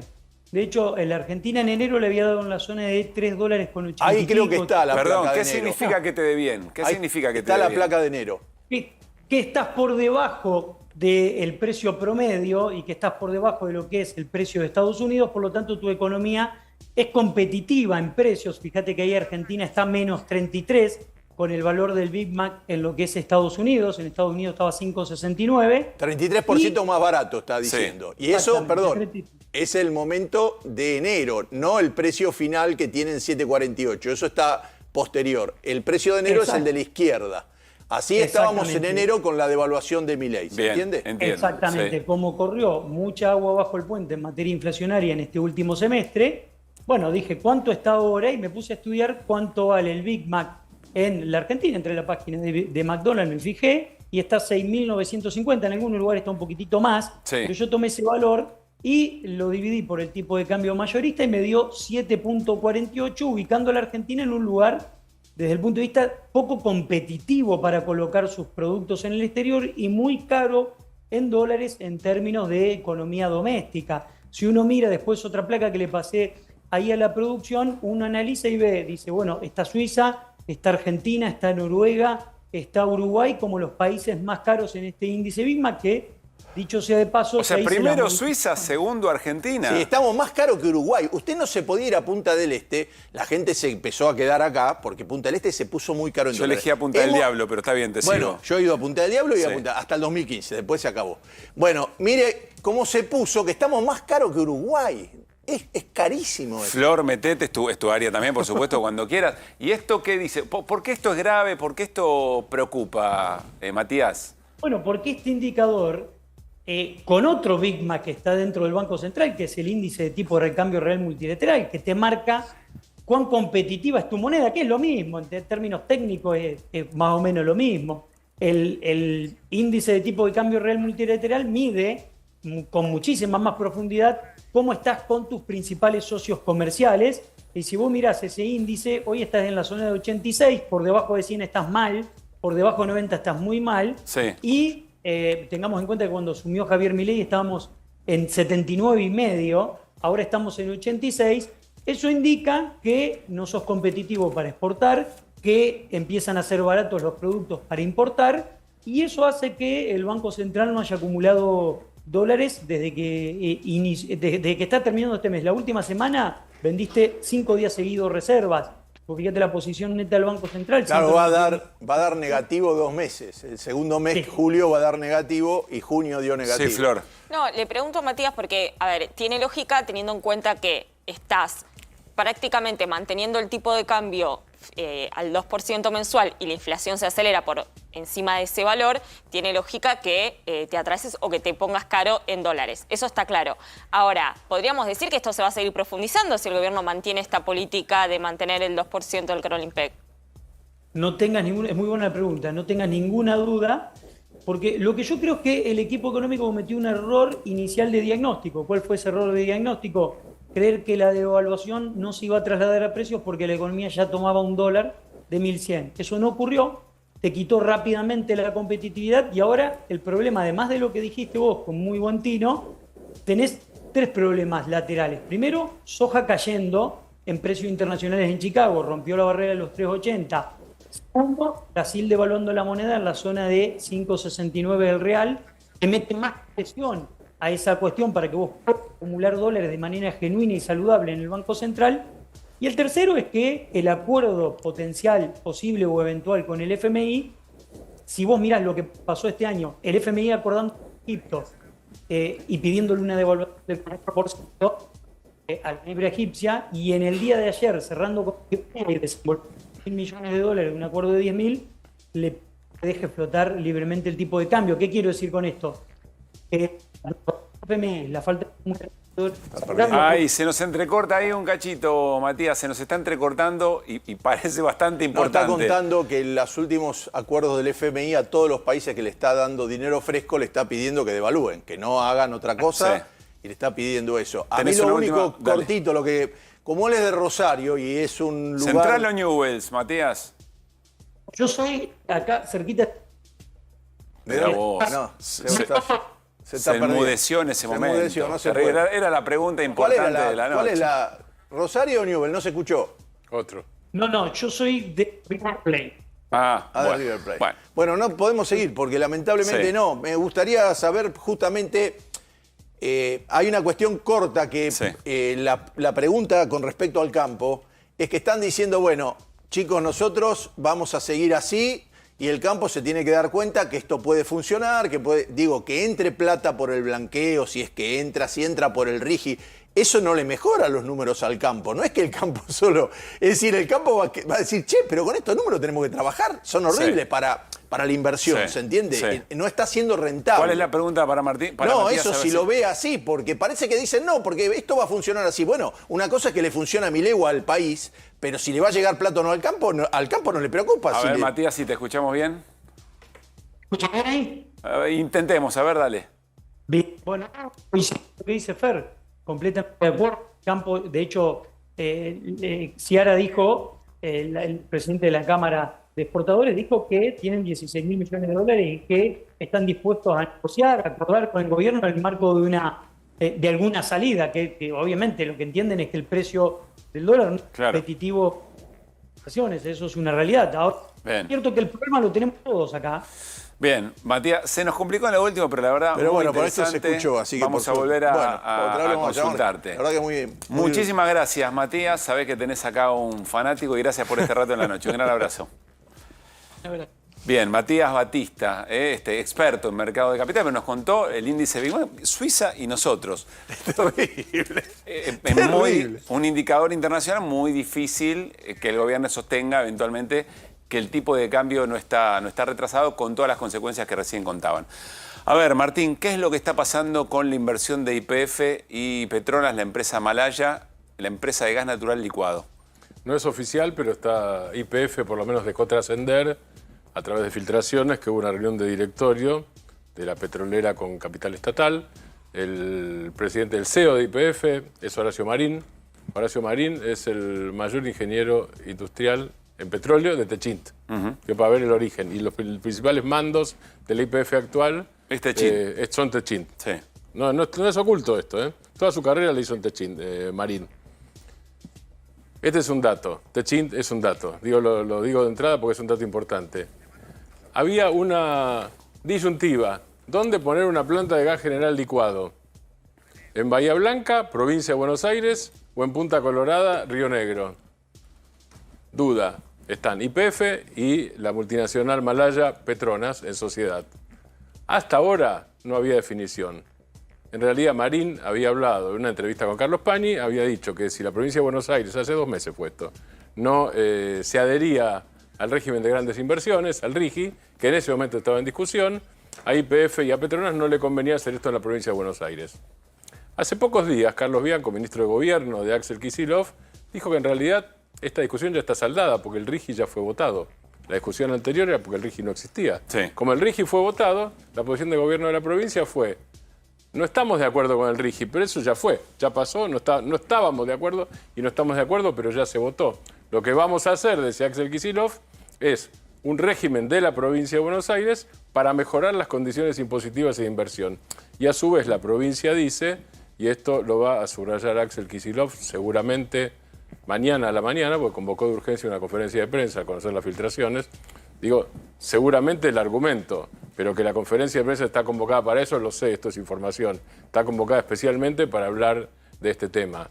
Hasta ahora Axel Kicillof viene diciendo que si no es en la provincia de Buenos Aires, porque Bahía Blanca tiene ventajas, podría detallarlas durante horas, digo, pero tiene ventajas técnicas, logísticas, medioambientales. El puerto de Bahía Blanca respecto de Punta Colorada, de avance tecnológico, de avance de la infraestructura.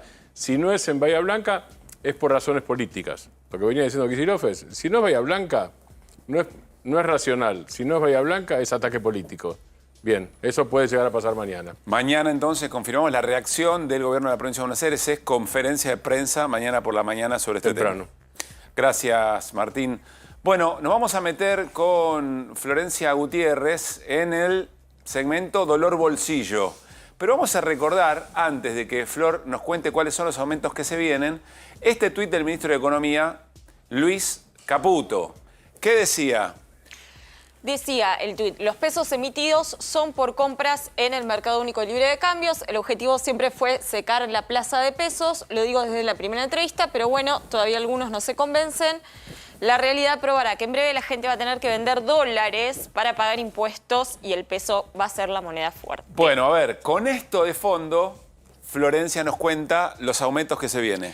Les cuento los aumentos que se vienen y les cuento también que, y está muy relacionado con este tuit que publicó el ministro de Economía, que casi 6 de cada 10 argentinos están usando sus ahorros para llegar a fin de mes. ¿Perdón? O para gastos corrientes. ¿6 de cada 10? Sí, lo tenemos después, pero digo, está relacionado con el tuit de Caputo porque él dice van a tener que vender sus dólares o sus ahorros en dólares para pagar impuestos. Bueno, hay una parte, suponemos, de la clase media que está en mejor posición, que quizás pudo hacer un pequeño ahorro, que efectivamente los está usando para por eso, 6 de cada 10 de lo que tiene plata. 6 de cada 10 de los que están en una mejor posición. A ver, ahora vamos a llegar a eso. Ahí están los aumentos. Se termina el jueves julio, se van, además de los memes de Julio Iglesias, también llegan los aumentos. Y hay aumentos que son incluso por encima de la inflación que se espera para ese mes. Primero, colegios. Las escuelas privadas que tienen subvención estatal, que hay 4.800 escuelas en provincia de Buenos Aires y 400 escuelas en la ciudad de Buenos Aires, que tienen aumentos del 7% y del 5% en las cuotas. Que el gobierno renovó los vouchers que se les da a esas familias, según el presidente Javier Milei, para evitar el trauma que le provoca a pibes y pibas tener que cambiar de colegio porque ya no lo pueden pagar. Exactamente. Colegios privados. Exactamente, son privados, tienen subvención estatal y vienen subiendo todos los meses, hay que decirlo. Sí. Las cuotas de los colegios vienen subiendo todos los meses. Seguimos con el celular y el cable. Este es un dolor de cabeza para muchísimas familias. Suben nuevamente por encima de la inflación general, entre el 5 y el 6%, dependiendo la compañía o la empresa. ¿Saben cuál es el aumento acumulado en lo que va del año? Perdón, en un año de este sector, 353%. ¿En el año? En el año. En un año, 353%. Okay. Exactamente, interanual 353%, por encima, bastante por encima de la inflación interanual. Recordemos que era un sector que en su momento tenía una regulación, que el ELACOM era el ente que tenía que autorizar los aumentos. Este gobierno asumió, desreguló todo. Servicio esencial, estaba declarado como servicio esencial. Igual, gracias a la justicia, no lo terminaban de cumplir porque recibieron algunas cautelares. Pero bueno, vienen con subas muy fuertes. Después les voy a contar que dentro de lo que más se está recortando las familias son los servicios, y dentro de ellos los servicios está el cable. Continuemos. Bueno, las prepagas, nuevamente hay que hablar que suben las prepagas. Dependiendo la entidad o la empresa de medicina privada, suben entre el 4 y el 8%. O sea, hay algunas que suben un poquito más cerca del 8, otras un poco más cerca del 4. Quieren evitar la cartelización, o sea, el acuerdo de precios. Claro. ¿No? O sea, bueno, hagamos una cosa, pongamos todos un valor un poquito... Exactamente. Que había sido la acusación que hizo el gobierno sobre las empresas. Tenemos peajes también, Los peajes suben muy fuerte, entre 137 y 157%. Yo estaba mirando cuántos salen en este momento en hora pico, por ejemplo, los peajes bonaerenses, y ya están arriba de los 3.000 pesos. Y van a seguir aumentando todos los meses porque aumentan, todos los que son dentro de la jurisdicción nacional aumentan mensualmente por autorización del gobierno nacional. Y por último tenemos acá los alquileres que suben un 247%. Estos son quienes están dentro todavía de la ley de alquileres. Hay un índice de contrato de locación que publica el Banco Central y que les da este aumento que es anual. Claro. Quienes no están bajo la ley de alquileres, bueno, ya directamente lo arreglan con el propietario, cuál es el valor que les va a aumentar, que son generalmente trimestralmente. Bien, cambio de hábitos. A ver... Claro, esto es lo que les contaba. Sí, el 57% de los argentinos tiene que usar sus ahorros para afrontar gastos mensuales. Sí. Un poco lo que decía Caputo. ¿Se acuerdan el sticker del expresidente Fernando de la Rúa? Ahí está. ¿No? Podríamos decirlo, podríamos aplicarlo en ese punto. El 76% cambió marcas habituales por otras más accesibles. El 54% de los encuestados recorrió varios puntos de venta para encontrar mejores precios. El 58% recortó productos esenciales. Conclusión, Flor. Nada, la conclusión es que hay cambios de hábitos porque los ingresos, los salarios no alcanzan, ¿no? A pesar de que el gobierno quiere ponderar que la inflación está bajando, que efectivamente mensualmente está en una escalera descendente, evidentemente no alcanza en el bolsillo, y por eso lo que vemos es que hay cambios de hábitos para llegar a fin de mes. Gracias, Flor. Por favor. Bueno, los aumentos que se vienen en este próximo mes. Nos vamos a ir a la tanda. Y después de la tanda está Martín Becerra, para que Irina Hauser nos presente además con detalle cuáles son los objetivos del gobierno en lo que podríamos determinar o denominar el ciberpatrullaje, es decir, la aplicación de la inteligencia artificial al monitoreo de lo que pasa en redes sociales y mucho más también. Todo eso después de la tanda con Martín Becerra e Irina Hauser. El gobierno, Irina, de emplear inteligencia artificial en el patrullaje de las redes sociales y mucho más también. Y arrancamos con esta portada. Es inteligencia artificial aplicada a la seguridad. Así Bien. lo define el gobierno a través de una resolución. Lo que preparamos para vos, Irina, PatoCap, o PatoCop, perdón. Y ahí está. Pato Terabyte, dice allá arriba. No lo había visto, Machesa. Esos detalles. CyberDuck. Mira ya, CyberDuck no lo había visto tampoco. Bueno, a ver, ¿de qué se trata esto? Y le damos contexto a la entrevista con Martín. Bueno, el gobierno creó a través de una resolución una unidad especial justamente para aplicar la inteligencia artificial a la seguridad. ¿Qué engloban en esto? Ayer adelantamos algo. Es una forma de investigar y de prevenir delitos, así lo definen. Delitos de todo tipo. ¿Qué hace este sistema? A través de... Es una especie de continuación de una resolución sobre la cual ya habían habilitado el ciberpatrullaje. No quiero que tengas miedo con esto, pero un poquito te va a dar. Bueno. Todos estamos bajo sospecha. Estos son... Desde hace muchos años. Estos son los... Pero ahora peor. Ahora peor. Estos son los objetivos, Siri. Estas son las acciones que puede ejecutar esta unidad. Patrullar redes sociales abiertas, aplicaciones y la dark web, o conocida como Deep Web. Esto es un montón, porque esto es lo que usamos todos. Y esta resolución no especifica, por ejemplo, de qué habla cuando habla de aplicaciones. Sí. procesar grandes volúmenes de datos y crear perfiles de sospechosos. Por eso te digo que cualquiera de nosotros puede estar bajo sospecha, porque con grandes masas de información se crean perfiles que pueden ser sospechosos de cometer delitos. Analizar cámaras en tiempo real e identificar personas con reconocimiento facial. Esto ya trajo polémica en la ciudad de Buenos Aires. Patrullar con drones áreas extensas. Bueno, son cuestiones complementarias, pero la impresión es que te pueden seguir a todos lados y en cualquier momento y en cualquier lugar. Sí. ¿Qué más? Algoritmos para analizar crímenes históricos y predecir delitos. Bueno, Martín Becerra ayer publicó algo de esto, después se lo vamos a preguntar porque parece que es algo que ha fracasado, pero que acá insisten en aplicarlo. Se me viene la película con Tom Cruise, Minority Report. Analizar actividades en redes para detectar amenazas potenciales, identificar movimientos de grupos delictivos para prevenir o para prever. No, para prever. Para prever disturbios. Esto tiene un objetivo muy claro. Protesta social.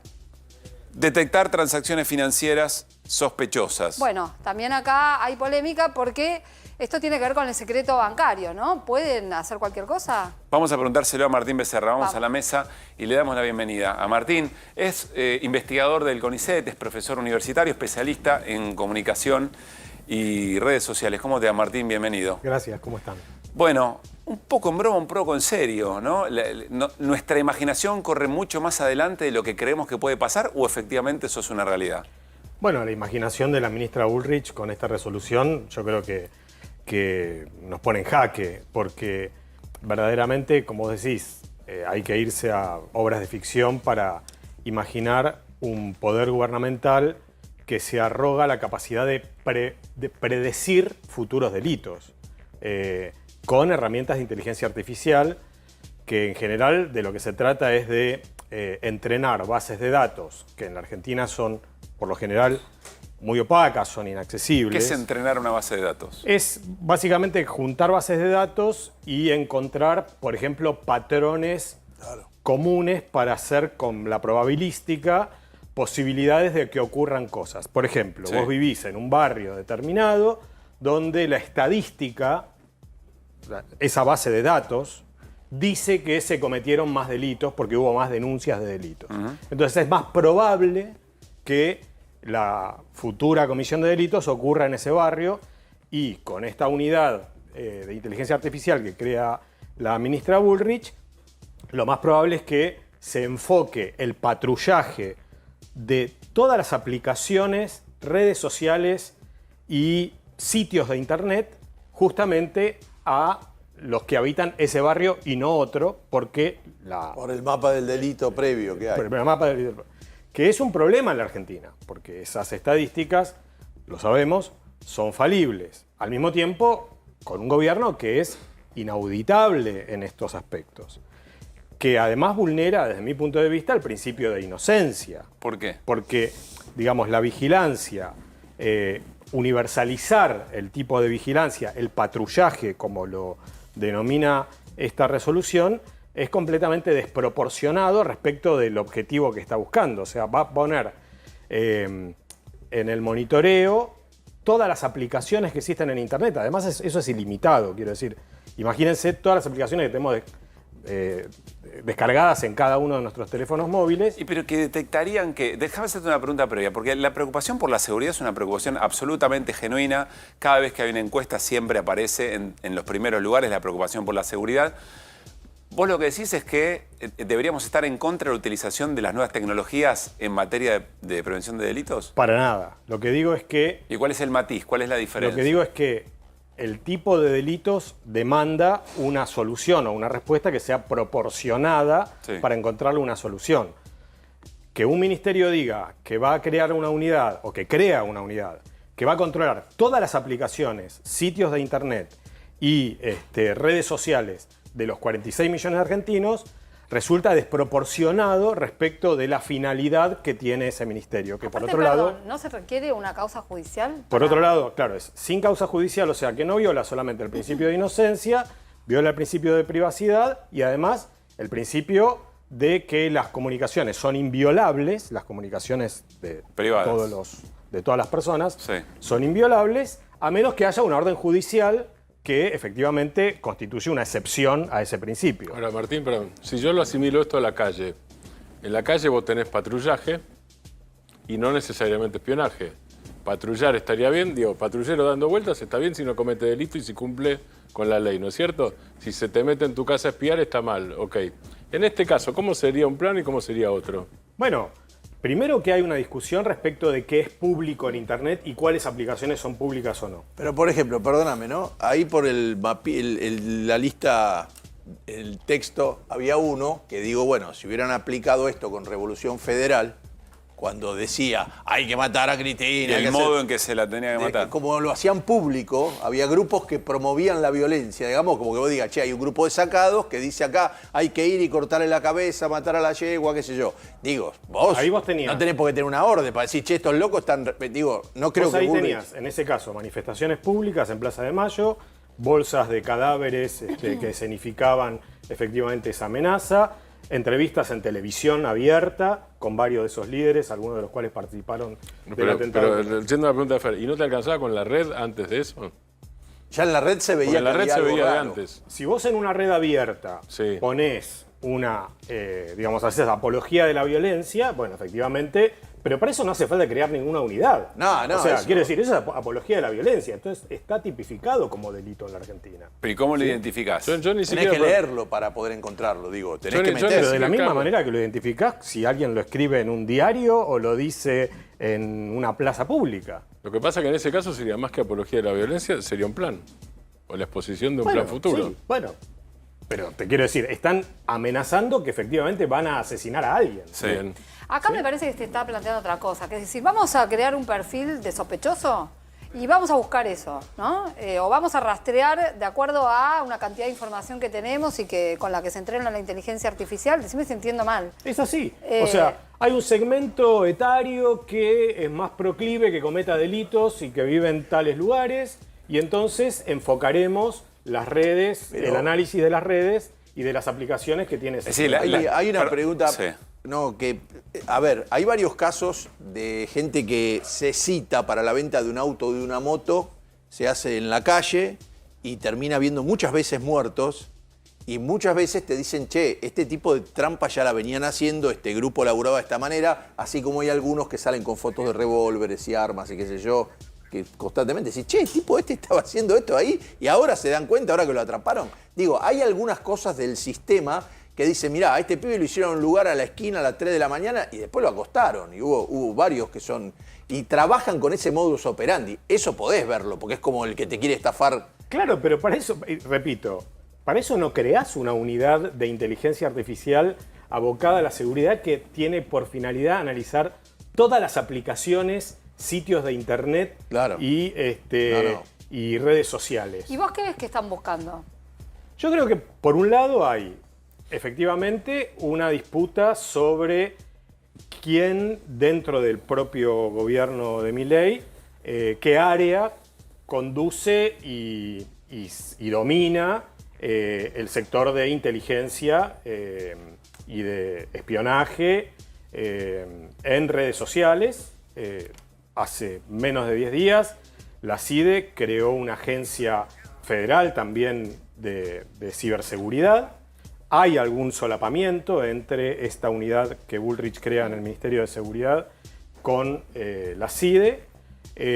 Por otro lado, la CIDE se rige por la Ley de Inteligencia Nacional, digamos, o sea, eso está más regulado, podemos decir, de lo que está esta resolución emitida por Bullrich.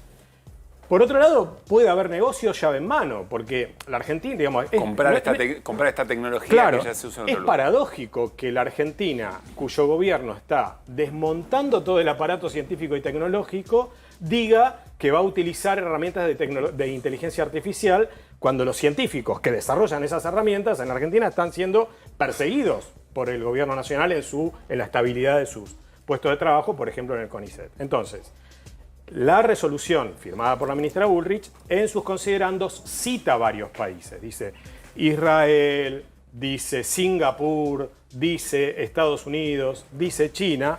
Entonces, no es improbable que haya un negocio, sea en mano, que le vendan algún tipo de software de cruce de base de datos, repito, bases de datos que son bastante turbias en su acceso y en su auditoría en nuestro país, y que comprometan luego el accionar del gobierno con ese paquete que compran afuera. A ver, Martín, la resolución, hay una cosa importante, me parece, de aclarar. No dice qué tecnología van a usar, cómo se va a controlar, no dice nada. ¿Qué es lo que dice la resolución? Que se va a implementar esto. Lo que te esto. acabo de mostrar dice. Solo esto, Dice que se va a implementar y dice que lo va a integrar esta unidad, todas las fuerzas de seguridad, hasta el servicio penitenciario, todas. Y que incluso van a estar más conectadas entre ellas para intercambiarse la información. Es decir, que además va a circular la información entre las fuerzas de seguridad. A ver, creo haber sacado algo en claro de lo que dice Martín, pero me resulta interesante lo que planteaba Fer Serolini. Es decir, el interrogante sobre ¿podría haber sido prevenido el atentado contra Cristina Fernández de Kirchner si algo de todo esto se aplicara? A ver si entendí bien lo que vos decís. Vos decís, bueno, pero si vos iniciás una investigación respecto de un grupo que es manifiestamente violento o que vienen choreando y armando emboscadas a través de las redes sociales, ahí pedís una orden de un juez y eventualmente te da el permiso para intervenir algo tan sagrado o tan importante como es la comunicación. Lo que vos decís, Martín, a ver si entiendo bien, es acá estás anunciando que a mansalva vas a espiar a todo el mundo, vulnerando la intimidad. Y esto es lo que nos alerta respecto de posibles situaciones de persecución, de estigmatización. Este es el tema, esta es la diferencia. Es una diferencia importante para digamos, investigar el anuncio de que una organización va a cometer un atentado. No necesitas crear esta unidad. Esa investigación la tiene que llevar adelante el Poder Judicial. En todo caso, después puedes aplicar toda la tecnología que vos tengas a la investigación. Eventualmente sí, pero primero que la Argentina carece de capacidades para patrullar todas las redes sociales y todas las aplicaciones.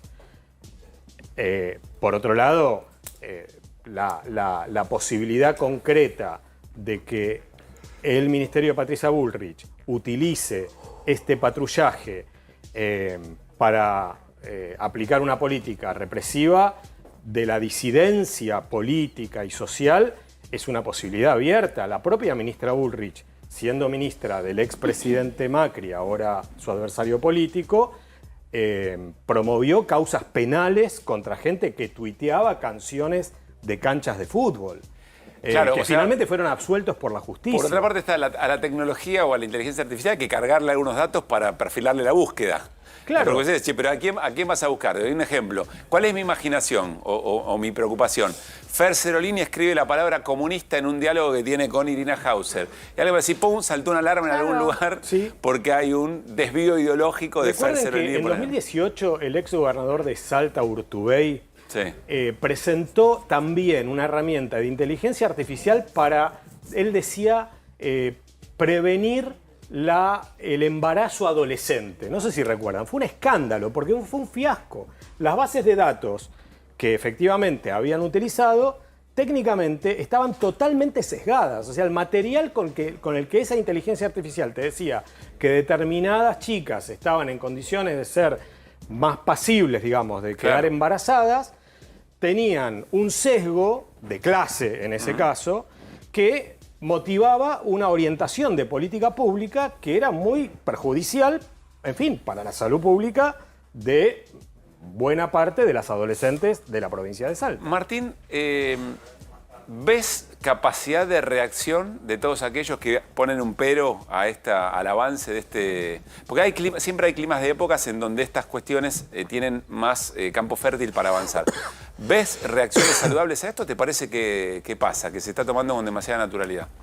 No sé, Irina, yo entre ayer y hoy, ayer fue publicada la resolución en el boletín oficial, vi pocas reacciones orgánicas, por supuesto, sí, de organismos de derechos humanos, sí, de algunos líderes políticos que no tienen mucha centralidad. No he visto pronunciamientos en el Congreso de la Nación. Espero que jueces o fiscales tomen parte en este asunto, porque acá hay principios constitucionales, la violación de la correspondencia, cuestiones que son medio básicas, que están escritas en los artículos, en los derechos y garantías de la Constitución, que se vulneran, pero hasta ahora es cierto que reacciones han sido pocas. Yo tuve que salir a buscarlas y ahí salí a buscar también que me expliquen un poco, ¿no? Pero creo que también lo que pasa con esto es que es de una magnitud que por ahí no sé si la reacción es tan rápida, ¿no? Porque no sé si hay una comprensión acabada de lo que puede implicar, ¿no? Esa fue la sensación que me dio ayer consultando a algunas organizaciones. Algunas sí reaccionaron, pero me parece que también es tan difusa la resolución que es difícil de establecer hasta dónde puede llegar, ¿no? Bueno, la imprecisión pero de esa ese es un problema. Claro. Ese es uno de los problemas que tiene. Y es una resolución. A ver, Patricia Bullrich, algo que ha hecho sistemáticamente desde que está en su cargo, es que todo aquello que no puede salir rápido por una ley, lo implementa por una resolución. Lo hizo con el protocolo antipiquete. Antipiquetes, antiprotesta, que se judicializó. Yo creo que esto se va a judicializar. Vía Libre, por ejemplo, anunció que va a judicializarlo. Fundación Vía Libre. Sí, la Fundación Vía Libre.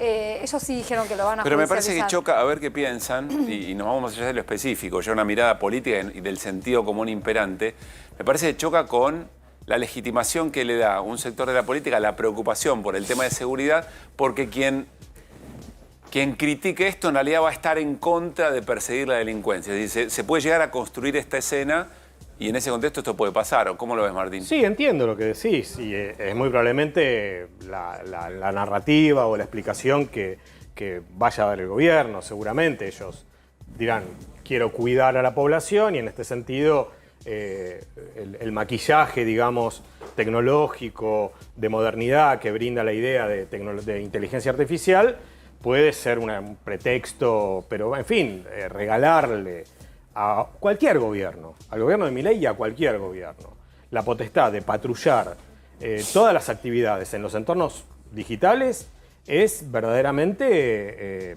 una amenaza cierta para la convivencia democrática tal y como la conocíamos hasta ahora. Esa definición de Martín Becerra es contundente. Quizá te excede en el tema, pero leí ahí que estaba la posibilidad de patrullar con drones permanentemente. ¿Qué implicancias puede tener eso? Yo creo que tiene que haber una desregulación eventualmente. Eso se hace en la provincia de Buenos Aires, en territorio rural ya, ¿eh? Patrullar con drones. Patrullar con drones porque es imposible patrullar con patrulleros en las zonas rurales. Y vos podrías tener identificación facial. Pero eso está para eso no sé. abigeato, está claro, para cuando te roban vacas, eso así lo van es. mirando con esto. Sí, sí. Y cuando no, por eso yo pregunto, porque... Ahora es para un tipo de delito acá especial. Esto va de la mano también con otra cuestión que todavía no se implementa, que es el seguimiento en tiempo real, ¿no? El video seguimiento en tiempo real. Entiendo que la tecnología desarrollada para esto no está, pero ellos están previendo que sí. O sea, eso implica que puedan estar siguiendo a gente. Sí, por eso yo vuelvo y le doy a Martín para que cierre. Frente a la idea, esto no tiene que ver con no tener voluntad de utilizar las mejores tecnologías en la prevención del delito. Acá es otro el problema. Es al revés. Cuando esto se discutió en Europa, hace un par de años, en Europa regularon, hay una ley de inteligencia artificial, y cuando se discutió esa ley, las organizaciones de la sociedad civil, los organismos de derechos humanos, justamente marcaron fuerte su oposición a que la inteligencia artificial sea utilizada para el patrullaje en entornos digitales por temas de delitos, a menos, insisto, que haya una orden judicial, es decir, una causa abierta con, en fin. Con un juez de garantías sí. que establezca los límites. Y además con derecho a defensa. Claro. Y además con derecho a defensa. Bueno, ¿por qué? ¿Por qué esa oposición? Porque en realidad es poco eficaz a la hora de combatir el delito que dicen que van a combatir. Bien. En realidad lo más probable es que caigan perejiles por cuestiones que son anecdóticas y que, cierto, le brindan un revestimiento de eficacia que la herramienta no tiene. Martín, muchísimas gracias por haber venido. Nos estamos despidiendo. Me encantó lo de Pato Cop, pero más el Cyberduck. Ese me cautivó más. Bueno, nos estamos despidiendo. Quédense en A24 porque llega Babi Echecopar para hacer Basta Babi y nosotros con QR nos vamos a reencontrar mañana a las 9 de la noche. Saludo general al equipo. Gracias por haber estado allí. Nos vamos como llegamos, con las voces de nuestra región alrededor de una gran preocupación que es la situación en Venezuela. Pásenme.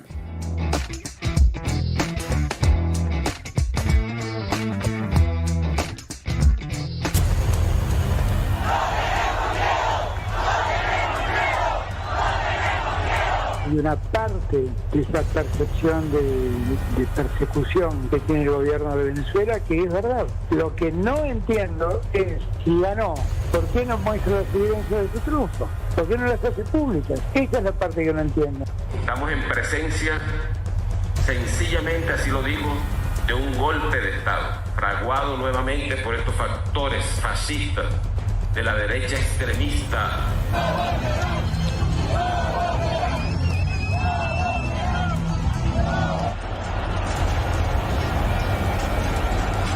Acá la decisión unilateral que ha tomado Venezuela, que aún no ha sido notificada formalmente, pero que con las diatribas que vimos ha sido anunciada de expulsar a nuestro personal diplomático, quiero decirles que es injustificable y, como señalé antes, demuestra una intolerancia impropia de las democracias. Lamentablemente, en las últimas horas tenemos reportes de personas fallecidas, decenas de heridos y detenidos.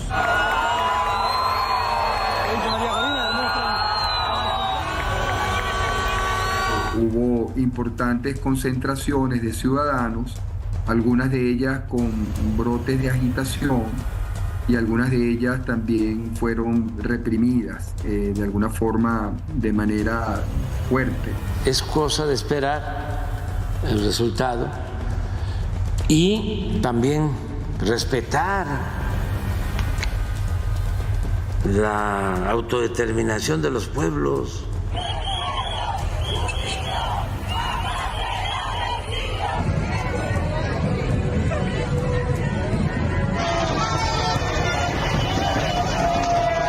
Es notorio que la gravedad y urgencia de la sesión del Senado de hoy está dada en virtud de la gravedad que tienen los hechos que están aconteciendo en Venezuela. Uma briga, como é que vai resolver essa briga? Apresentar a ata. Se a ata tiver dúvida entre a oposição e a situação, a oposição entra com recurso, sabe? E vai esperar na justiça tomar o processo. E aí vai ter uma decisão que a gente tem que acatar.